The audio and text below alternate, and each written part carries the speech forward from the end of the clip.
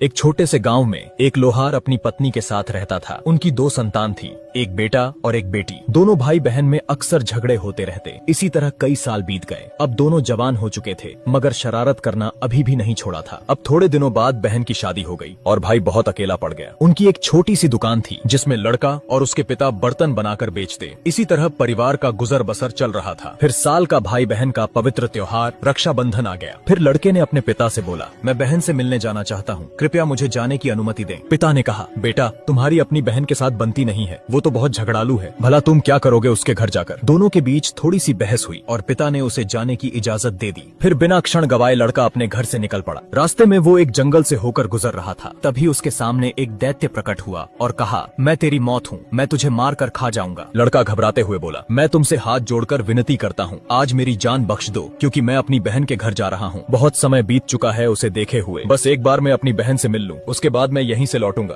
फिर तुम अपनी इच्छा पूरी कर लेना। इस पर दैत्य ने कहा, ठीक है, मैं तुम्हें जाने दे रहा हूँ, मगर लौटकर जरूर आना, वरना अच्छा नहीं होगा। दैत्य से पीछा छुड़ाकर वह जैसे ही थोड़ी दूर पहुंचा, तभी एक विशाल अजगर ने उसका रास्ता रोक लिया और निगलने की मंशा से आगे बढ़ने लगा। फिर अजगर उसके नजदीक पहुंचा और कहा, मुसाफिर तुम तो बहुत हष्ट पुष्ट हो, तुम्हें निगलकर तो मेरी भूख कई दिनों तक शांत रहेगी। तब लड़के ने अजगर से भी वही कहा, बहन से मिलकर जब मैं यहाँ से लौटूंगा तब आप मुझे निगल जाना, मैं विनती करता हूँ कि अभी मुझे जाने दें। फिर अजगर ने भी उसे जाने दिया। मार्ग पर आगे बढ़ते हुए लड़का सोच रहा था, न जाने इस खौफनाक जंगल में आगे कौन सी बला मेरा इंतजार कर रही है। अब डरा सहमा हुआ लड़का कुछ दूर चला ही था कि तभी एक खूंखार भालू उसके समीप आ पहुंचा और मुंह से लार टपकाते हुए उसे खाने के इरादे से आगे बढ़ने लगा। देर हो जाती इससे पहले लड़के ने कहा, ठहरो ठहरो जरा, पहले मेरी बात तो सुनो। ये सुन भालू शांत होकर रुक गया। तब लड़के ने कहा, मुझे तुम भोजन बनाओ, उससे पहले मैं तुम्हें कुछ कहना चाहता हूँ। बात दरअसल ऐसी है कि मुझे अपनी बहन से मिले हुए कई वर्ष हो चुके हैं और आज मैं उसी से मिलने के लिए जा रहा हूँ। आप तो मुझे बाद में भी शिकार बना सकते हो, जब मैं अपनी बहन से मिलकर इसी मार्ग से लौटूंगा। ये सुन भालू ने थोड़ी देर विचार किया और आखिरकार रास्ता छोड़ते हुए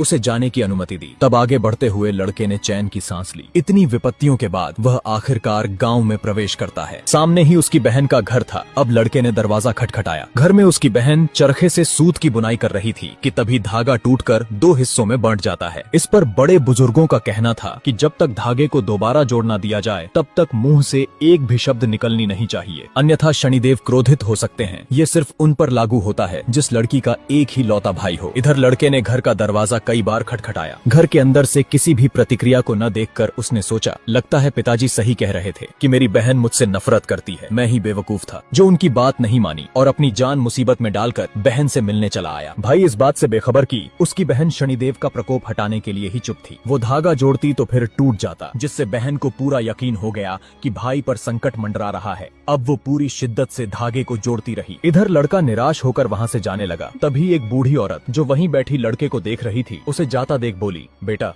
तुम जरूर उस लड़की के भाई होगे। मैं यही बगल में रहती हूँ और तुम्हारी बहन को अच्छे से जानती हूँ। वो अक्सर तुम्हारी बातें किया करती है, पर तुम उससे बिना मिले क्यों जा रहे हो? लड़के ने कहा, जब मेरी बहन मुझसे मिलना ही नहीं चाहती तो मैं यहाँ दरवाजे पर खड़े रहकर क्या करूँगा? ये बोलकर वह आगे बढ़ गया। वहीं उसकी बहन निरंतर प्रयास करने के बाद आखिरकार धागा जोड़ने में सफल रहती है और झटपट भागते हुए द्वार की तरफ बढ़ती है। जब उसने दरवाजा खोला तो वहाँ कोई नहीं था, जिस पर बहन उदास हो जाती है। तभी वो बुढ़िया वहाँ आकर कहती है, बेटी तुम्हारा भाई ज्यादा दूर नहीं गया होगा। फिर वो दौड़ते हुए भाई के पीछे गई। लड़की ने देखा कि उसका भाई बस उससे कुछ ही दूरी पर था। तब उसने नाम लेकर पुकारा, अर्जुन रुको मेरे छोटे भाई। आवाज सुनकर वो रुक गया, मगर उसके चेहरे पर नाराजगी साफ दिख रही थी। फिर बहन आकर उससे कहती है, छोटे भाई तुम्हारी नाराजगी जायज है, इसके अलावा मैं करती भी तो क्या? तुम पर शनि महाराज का प्रकोप था जिसे टालने के लिए मुझे रुकना पड़ा, मगर अब सब ठीक है, अब तुम मेरे साथ चलो। फिर दोनों भाई बहन टांगे पर बैठकर घर की तरफ लौट गए। घर पहुंचकर बहन अपने भाई से बोली, तुम यहाँ आराम करो, मैं बस कुछ ही देर में भोजन बनाकर लाती हूँ। फिर उसने तुरंत चूल्हे पर भात चढ़ाया और दूसरी तरफ सब्जी। थोड़ी देर में भोजन बनकर तैयार हो गया। फिर खाना परोसा गया। घर में बहन का एक पुत्र था, वो भी आकर अपने मामा के पास बैठ गया। फिर सबने एक साथ भोजन किया। अब जैसे ही अर्जुन थोड़ी देर विश्राम करने लेटा, उसे थकावट के कारण गहरी नींद आ गई। फिर अगले दिन सावन पूर्णिमा आया। भोर होते ही बहन ने भाई अर्जुन को तिलक लगाकर राखी बांधी। अब 4 दिन बीत गए। फिर अर्जुन ने बहन से कहा, बहना आज दोपहर मुझे वापस घर जाना है, क्योंकि पिताजी अकेले दुकान नहीं संभाल सकते। फिर बहन तुरंत अर्जुन के खाने का इंतजाम करते हुए अनाज के बोरे से बाजरा निकालकर पीसने लगती है। मगर बाजरे की बोरी अब 2 सांपों का घर बन गया था। लेकिन किसी कारणवश एक सांप उसी में मर गया और उसका जहर पूरे बाजरे में फैल गया। इस बात से अनजान वह बाजरे की रोटी बनाकर अपने भाई को रास्ते में खाने के लिए दे देती है। अर्जुन भी अपने घर की तरफ निकल पड़ता है। भाई को छोड़कर बहन जब घर में आई तो उसने देखा कि चूल्हे पर एक रोटी बची हुई थी जिसे कौवा खा रहा था। फिर अचानक से वह तड़पने लगा और मुंह से सफेद झाग निकलते हुए उसके प्राण छूट गए। ये दृश्य देख बहन को घबराहट होने लगी और भागते हुए जाकर उसने बाजरे की बोरी में देखा तो उसमें एक मृत सांप था। ये देख बहन के पैरों तले जमीन खिसक गई। फिर उसने सोचा कि कहीं मेरा भाई वो जहरीली रोटी न खा ले। अब बिना समय गवाए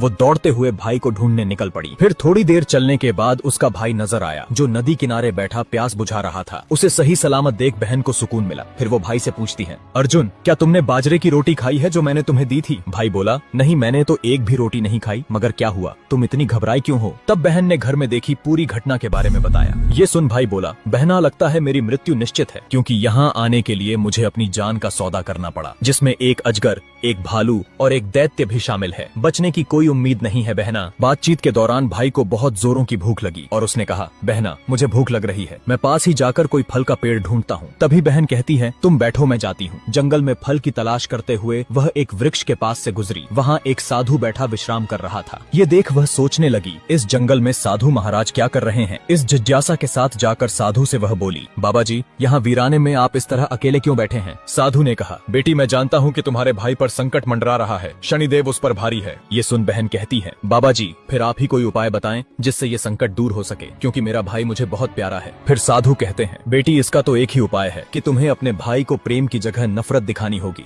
और जब तक तुम्हारे भाई का विवाह ना हो जाए तब तक उसका ख्याल ऐसे ही रखना होगा, फिर संभवतः ये संकट टल जाएगा। तब बहन मन में विचार करते हुए अपने भाई के पास लौटी और कहा, छोटे भाई मुझे माँ से मिले हुए बहुत दिन हो चुके हैं, इसलिए मैं भी साथ चलूंगी, मगर जाने से पहले मुझे घर से कुछ कपड़े लेकर आना है। तुम यही मेरा इंतजार करना, मैं जल्द ही लौट आऊंगी। घर जाकर उसने अपने पति को सारा वृत्तांत कह सुनाया और बेटे को संभालने के लिए भी कहा, थोड़े दिनों में वापस लौट आऊंगी। ये बोलकर घर से निकल पड़ी। रास्ते में उसने एक मुर्गी खरीदी और एक जीवित मछली और आखिर में एक बकरी। फिर भाई बहन दोनों खौफनाक जंगल के रास्ते आगे बढ़ते हैं और कुछ देर चलने के बाद उनका सामना भालू से होता है। तभी बहन झोले से मछली निकालकर जमीन पर फेंक देती है। अब भालू मछली खाने में व्यस्त हो गया। इधर दोनों जान बचाकर भाग निकले। अभी मुसीबत टली नहीं थी, क्योंकि अब भाई बहन का सामना उस भीमकाय अजगर से होता है। फिर जल्दी से बहन ने मुर्गी निकालकर जमीन पर रख दी। अजगर उसे निगलने के लिए आगे बढ़ता है। मुर्गी फुर्तीली थी, वो जंगल में भाग गई। अजगर भी उसके पीछे चला गया। इस तरह बहन ने एक बार फिर से समझदारी दिखाते हुए मुसीबत टाल दी और दोनों आगे बढ़ चले। अब चलते हुए दोनों घने जंगल में आ पहुंचे, जहां दैत्य लड़के का बेसब्री से इंतजार कर रहा था। जैसे ही बहन की नजर दैत्य पर गई, वह तुरंत बकरी लेकर उसके सामने आई और भाई की जान बख्शने की उससे विनती करने लगी। ये सुन कुछ देर विचार करने के बाद दैत्य बकरी लेकर वहां से चला गया। सभी मुसीबतों का सामना करते हुए दोनों भाई बहन आखिरकार घर पहुंच गए। वहीं द्वार पर लड़के के माता पिता अपने पुत्र के लौटने का बेसब्री से इंतजार कर रहे थे। बेटी को आता हुआ देख माता पिता को बहुत खुशी हुई, लेकिन जैसे ही उसने घर में प्रवेश किया, बहन अपने भाई पर चिल्लाने लगी और उसे निकम्मा नालायक कहते हुए गालियां देने लगी। ये देख पिता ने लड़के से कहा, मैंने तो तुम्हें बताया था कि तुम्हारी बहन झगड़ालू है, फिर तुम इसे घर क्यों ले आए? इधर बहन ने अपनी माँ को सारी घटना के बारे में बताया कि क्यों उसका भाई से लड़ना जरूरी है जब तक उसकी शादी नहीं हो जाती। अब सुबह सुबह ही बहन अपने भाई को ताने मारना और धुतकारना शुरू कर देती। इसी तरह 2 दिन बीत गए। तभी कुछ लोग उसके भाई के विवाह हेतु शगुन लेकर घर आए। दोनों संबंधियों में बात हुई और मुहूर्त देखकर शादी की तिथि तय कर दी गई। इधर बहन ने सोचा, आखिरकार मेरे भाई की शादी अब होने वाली है। अब शादी वाले दिन बहन सतर्क थी। उसे आभास था कि कोई दुर्घटना हो सकती है, इसलिए वो भाई के पास बैठी मंडप में नजर गड़ाए थी। इधर पंडित जी रस्म कर रहे थे कि तभी बहन की नजर भाई के पास आते हुए एक जहरीले बिच्छू पर गई, जो काल बनकर भाई को डंक मारने आया था। फिर उसने तुरंत बिच्छू को अपने हाथों से पकड़ लिया और घर से थोड़ी सी दूर जाकर एक सूखे कुएं में बिच्छू को फेंक देती है। अब शादी की रात दुल्हा दुल्हन अपने कमरे में थे। इधर बहन को चिंता हो रही थी कि न जाने कौन सी मुसीबत कहां से आ जाए, इसलिए वो भाई की रक्षा के लिए उसके दरवाजे के बाहर ही बैठी रही। समय बीतते देख काल नाग का रूप धारण कर घर के अंदर जाने का प्रयास करने लगा, लेकिन बहन डंडा लेकर द्वार पर खड़ी हो गई और उसने नाग को रोकने का भरसक प्रयास किया। इसी जद्दोजहद में सुबह हो गई। अब संकट टल चुका था और वह नाग जो भाई की मृत्यु बनकर आया था लौट गया। अब जाकर बहन ने चैन की सांस ली और थोड़ी देर सो गई। जब आंख खुली तो उसने देखा कि घर में बहुत शांति थी। सभी रिश्तेदार जा चुके थे। फिर आखिर में माता पिता और अपने भाई भाभी से मिलकर बहन वापस अपने घर चली जाती है।